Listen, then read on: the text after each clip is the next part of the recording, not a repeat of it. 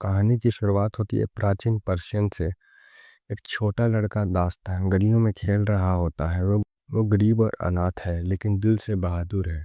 एक दिन वो देखता है कुछ सैनिक एक और गरीब बच्चे को मार रहे हैं। दास्तान उनसे लड़ता है और बच्चे को बचाता है। उसकी हिम्मत और बहादुरी देख के राजा शहरमान प्रभावित होते हैं और दास्तान को गोद ले लेते हैं। इस तरह साधारण गली का लड़का राजकुमार बन जाता है। सालों बाद 3 राजकुमार होते हैं। उसके 2 बेटे पहले से होते हैं।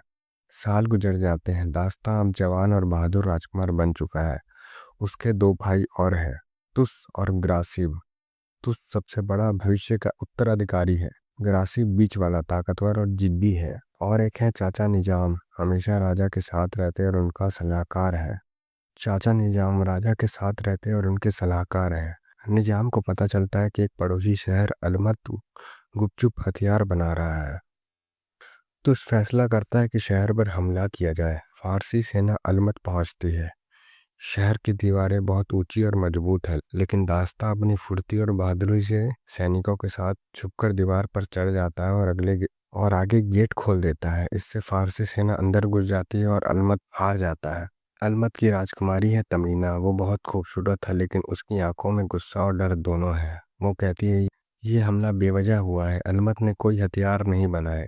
इस समय दास्ता को एक तलवार मिलती है। इसका नाम है डैगर ऑफ टाइम। देखने में साधारण है लेकिन इसके हैंडल पर अजीब सा क्रिस्टल और रेत भरी हुई है। युद्ध के बाद राजा शरामान विजय देखने आते हैं। दास्ता को उन्हें एक शाही चोगा देने के लिए कहा जाता है। जैसे ही राजा चोगा पहनते हैं वो अचानक आग में जलकर मर जाते हैं। सबको लगता है कि दास्ता ही गद्दार है क्योंकि उसने चोगा लाया था। तुस और ग्रासे गुस्से में दास्ता को पकड़ने का हुक्म देते हैं। दास्ता भाग जाता और साथ में मजबूरी में तमीना भी भागती है। भागते हुए दास्ता तलवार का राज समझता है। जब वो तलवार का बटन दबाता है तो समय अचानक पीछे चलने लगता है। उससे समझ आता है कि यह जादुई तलवार है जो इंसान को अपनी गलती सुधारने का मौका देती है। तमीना बताती है कि यह तलवार देवताओं की है। इसके अंदर सैंड्स ऑफ टाइम है और असली रेत विशाल हावरग्लास में सुरक्षित है जो मंदिर के गहराइयों में छुपी है।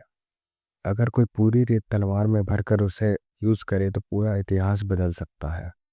दास्ता और तमीना रेगिस्तान में भागते हैं। उनका सामना कई बार हथियारों और बड़े सैनिकों से होता है। पहले वो दोनों एक दूसरे को पसंद नहीं करते हैं, फिर धीरे धीरे दोनों के बीच प्यार होने लगता है। दास्ता को शक होता है कि उन राजा की मौत के पीछे उसके चाचा निजाम का हाथ है। दास्ता को पता चलता है कि असली गद्दार निजाम है। सालों पहले राजा और निजाम शिकार पर गए थे। तब निजाम ने राजा को मरने से बचाया था। अब निजाम तलवार का इस्तेमाल करके वक्त के पीछे जाना चाहता है और राजा को मरने देना चाहता है ताकि वो खुद राजा बन सके। दास्ता और तमीना मंदिर पहुंचते हैं जहां हॉरग्लास ऑफ टाइम रखा है। मंदिर रेत जाल और रहस्यमय सुरक्षा से भरा है। निजाम भी वहां पहुंचता है और तलवार को हॉरग्लास में लगा देता है। जैसे ही तलवार रेत में जाती है पूरा समय उल्टा चलने लगता है। रेत ऊपर उड़ने लगती है, हवा उल्टी चलती है, सब कुछ पीछे जाने लगता है। दास्ता और निजाम के बीच जबरदस्त युद्ध होता है। तमीना बलिदान दे देती है, वो खुद को गिरा देती है ताकि दास्ता तलवार पकड़ सके। दास्ता निजाम को रोकता है और समय को पूरा पीछे ले जाता है। सब कुछ रिवाइंड हो चुका है। वापस उस पल में आ जाते हैं जब फारसी सेना अलमत पर हमला करने वाली थी। अब राजा जिंदा है, सब सुरक्षित है और किसी को कुछ याद नहीं, सिर्फ दास्ता को सब याद रहता है।